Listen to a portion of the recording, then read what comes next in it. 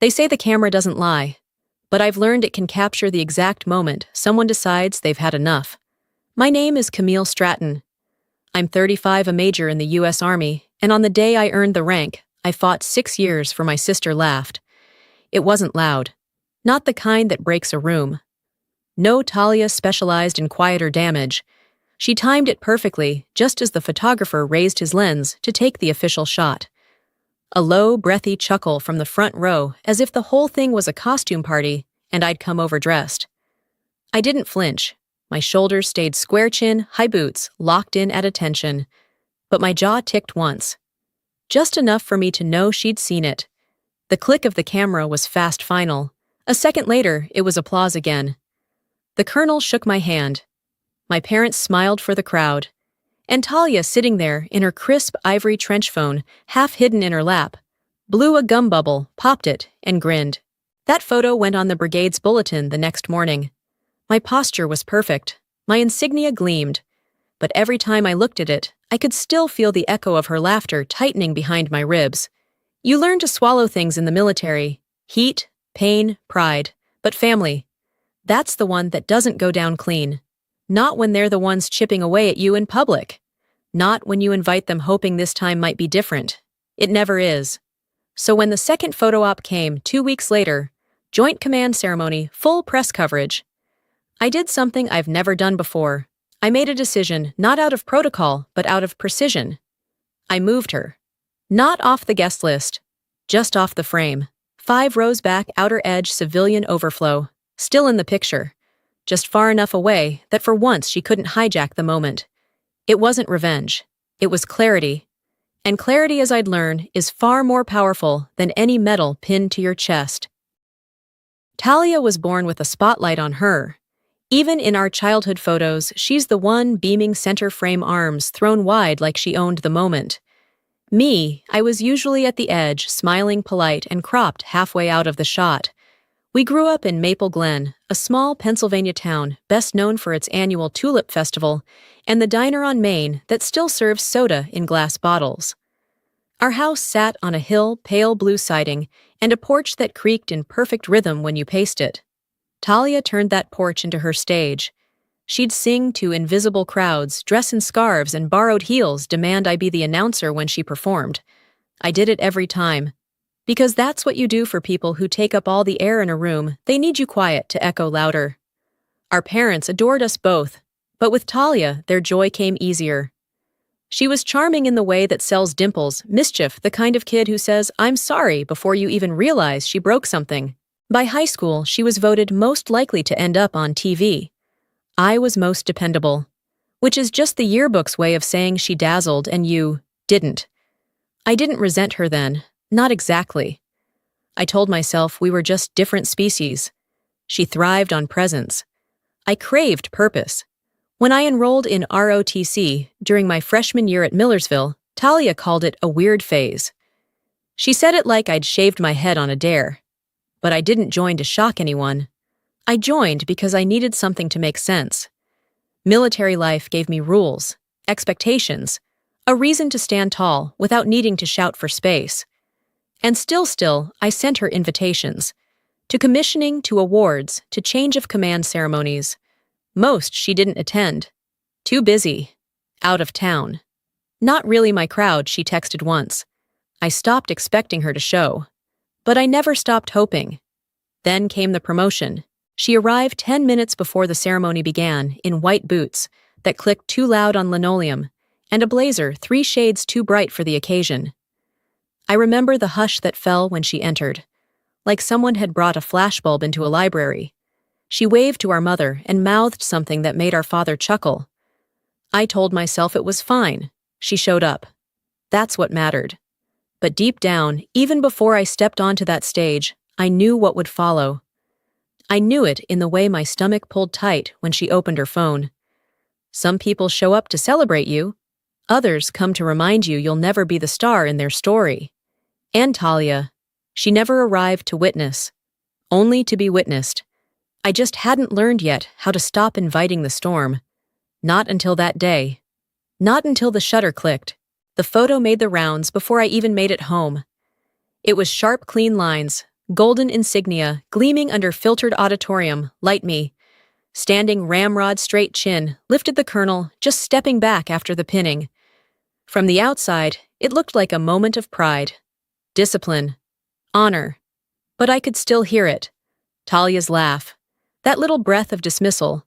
Not loud enough to be called out, just loud enough to sink in. That night, I sat alone in my quarters, still in full dress, blues hair, still pinned military tight.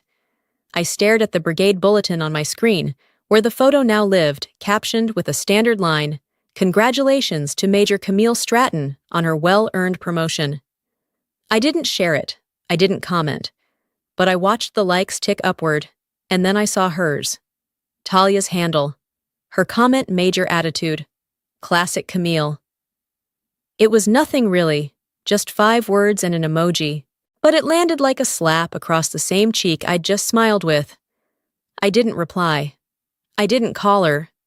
I clicked hide comment, then sat back, and let silence settle in around me like armor. That's what military life trains into, you poise control restraint. But nothing in basic ever prepared me for a sister who could turn even the proudest day of my career into a one-liner. The next morning, I was sharper than usual. Tighter.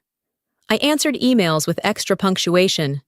Double-checked convoy schedules I already knew by heart.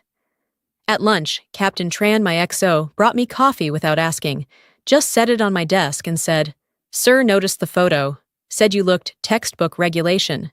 That's a compliment. I nodded. Thanks. She lingered. Your sister, was she the one in the white coat? Yeah? She looked lively. That was her diplomatic way of saying she saw Talia checking her phone during the final salute, giggling as I gave my closing remarks. She's just... Like that I said, because it was easier than admitting how much it still stung. Easier than explaining how a lifetime of casual cruelty can still cut when it's laced with a smile and a wink. That afternoon, I reviewed the seating chart for an upcoming joint command ceremony. It was a routine task. Administrative, not personal. Until I saw her name again. Talia Stratton. Immediate family guest. Row 1, Section A. My finger hovered over the drop-down menu, and for the first time in my adult life, I didn't scroll past. I didn't click leave as is. I made the change. Civilian overflow, row 5 far right, adjusted for balance.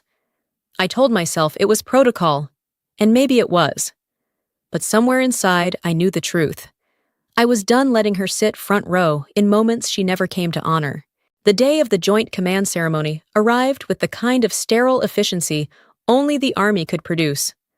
Folding chairs aligned to within an inch, flags pre-creased microphones, tested, retested, and tested again. Every detail humming in its place. I arrived early, clipboard in hand, uniform crisp boots mirror-shined. You could smell the starch in the air. It was the kind of morning that left no room for improvisation. And yet I braced for it the moment I saw her name on the final printout. Talia Stratton, confirmed. She was coming. Again. And this time, she wouldn't be allowed to anchor herself near the front like some rogue VIP. I'd seen enough of her posing for side-angle selfies during the national anthem. The logistics team was already laying out name cards when I entered the operations tent. Need any last-minute adjustments, Major Stratton, one of the NCOs, asked, flipping through a clipboard thick with laminated grids. I didn't hesitate. Move all civilian guests without command ties to the overflow row. Include my sister. There was a pause, the kind that always comes when people realize they're being asked to move someone powerful or personal. She's not in the chain of command, I said, tone flat. That's the criterion. Yes, ma'am. And that was that. But I knew better than to expect her to go quietly. She arrived 20 minutes late naturally. Sky-high heels, navy coat belted tight, oversized sunglasses, like she'd stepped off a midday runway. She paused at the entrance, scanning for her place card. Her eyes flicked down the rows. Then she saw it. Row 5. Far right. Civilian overflow. Even from where I stood, I could see the way her jaw clenched. She whispered something to our mother, who'd chosen a seat 3 rows ahead, and gestured toward the front like it was obviously some mistake. Mom's lips moved in reply, firm but unreadable. Talia's hands flew up full drama, and a few heads turned. The photographer called for attention. I didn't move. I didn't wave. I just stood there, back straight focus, fixed on the flag behind the dais. When the shutter clicked, I was centered, flanked by command expression, composed. Talia still in the frame barely.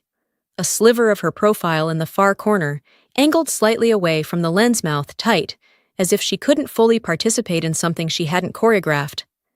I could have walked over, could have said something easy made space smooth the edges. But I didn't, because some distances aren't about anger, they're about boundaries, and sometimes the kindest thing you can do for them, and for yourself, is to let them sit exactly where they chose to place you all those years. Somewhere behind the camera, just visible, but never central. That night, my phone lit up with a private number. I knew before I picked up. Are you seriously pushing me to the back? Like some tag-along sorority cousin, Talia's voice hissed through the speaker, sharp and sweetened like perfume hiding smoke. I was still in uniform jacket, folded across the back of a chair, the ribbon from my commendation ceremony tucked between pages of a logistics report I hadn't finished reading. I leaned back in the silence of my quarters and stared at the ceiling. I followed seating protocol, I said evenly.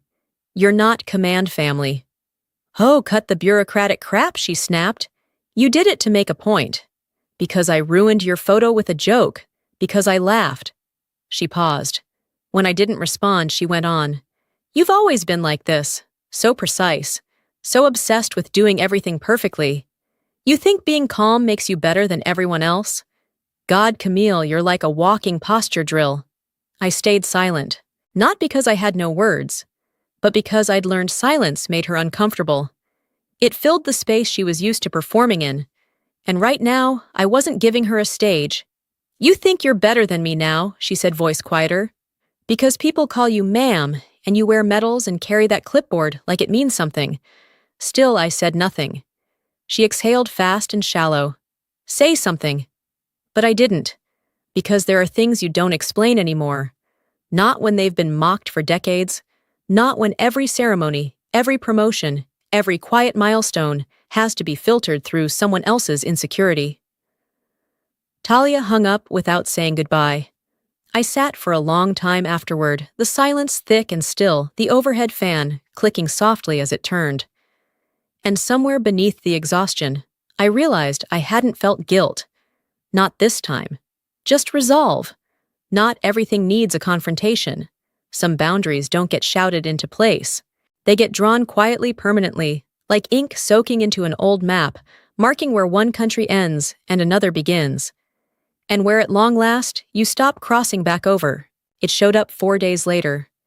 No return address, just my name typed neatly across a plain envelope slipped under my door with the evening mail run. I didn't open it. Not right away. I set it on my dresser next to the ribbon rack I hadn't yet mounted, and the coffee mug someone from logistics gave me, with the words, "She who coordinates conquers." The envelope sat there for 3 nights untouched, as I moved through my days in clockwork rhythm inspections, briefings, supply audits. Every time I passed it, I felt the weight of it shift, though it barely weighed an ounce. It wasn't curiosity that stopped me. It was the possibility that inside was one more dismissal dressed as sentiment. But on the 4th evening, after returning from a late training debrief, I peeled the flap open with the edge of my nail. One sheet, handwritten. The curves of the letters unmistakably hers. She didn't apologize. Not outright. She didn't mention the seating or the photo or the phone call. What she wrote instead was this. You always looked like you knew where you were going, even when we were kids. That scared me. It still does. I sat down slowly. It's easier to joke than admit I've never had that. A compass. A plan. You've always had spine. And I didn't know how to stand next to it without feeling smaller. So I made you smaller instead. I don't know what to do with that, but I see it now. And I guess I wanted you to know I was watching. Maybe I always was. That was it. No signature, just the words. I folded the letter and slid it into the back of my field journal behind a tab marked personal next to a scribbled quote I'd copied from a commander years ago. Strength is quiet. So is damage. I didn't feel closure or relief, just a shift, like something sharp inside had turned, not vanished, but dulled. It didn't undo the years. It didn't change the photo. But it made one thing painfully, irrevocably clear. Talia hadn't hated me. She had envied me. And somehow that felt heavier. Because knowing someone doesn't hate you doesn't mean they know how to love you either. The deployment orders came through the following week. 6 months forward assignment. Nothing unexpected. I'd been on the short list, but seeing it in writing settled something deep in my chest. It was protocol to update our emergency contacts before departure. The form was simple, 3 lines, a signature, and initials. I'd filled it out 8 times in my career. Every time I'd written the same name, Talia Stratton. Not because she was the most reliable. Not because she answered every call. But because she was my sister. And for a long time, that word overrode logic. This time, my pen hovered. Then it moved. Next of kin, Captain Noel Tran. My XO. The one who knew my routines, my emergency drills, my stubborn silences. The one who would show up. I paused after signing. Not from doubt, just from stillness. Like I was finally standing in a space I used to only circle. I didn't remove Talia from my life. I didn't block her number. I didn't announce anything. I just took her out of the space she no longer fit. That night, I walked the perimeter alone. The base lights blinked faint behind me, and in the quiet, I thought about something Colonel Morin once told me after a failed mission command isn't just knowing what to protect. It's knowing who not to protect anymore. I had protected the idea of a sisterhood that never truly existed, shielded it behind silence and patience, and an inbox full of unsent replies. But now I wasn't angry. Not really. Just finished. Not with her, but with shrinking myself to keep the illusion alive. I folded the form, filed it, and left the office without looking back. It wasn't cold. It was clean. The morning I deployed there was no send-off. No hug from our mother, no voicemail from Talia. Just the whir of the engines warming on the tarmac, and the dry rustle of canvas duffels being loaded into the hold. And that silence, it didn't ache. It felt earned. No one clung to me. No one expected a last-minute reconciliation or a dramatic goodbye. Just the clean weight of responsibility and the steadiness of a rhythm I'd built on my own. Our forward station sat miles outside Taos, all steel bones and dust-coated edges.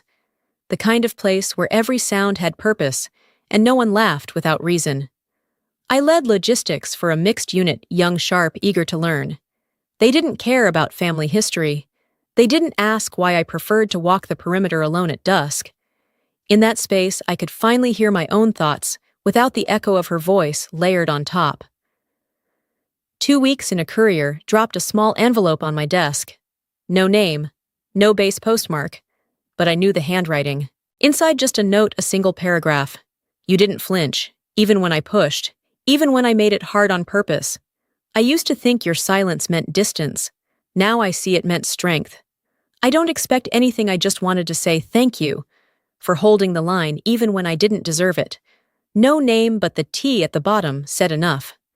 I read it once, then again, and then I folded it carefully and placed it between the pages of my field journal, not to keep it close, but to remind myself that some things can be acknowledged without being invited back in.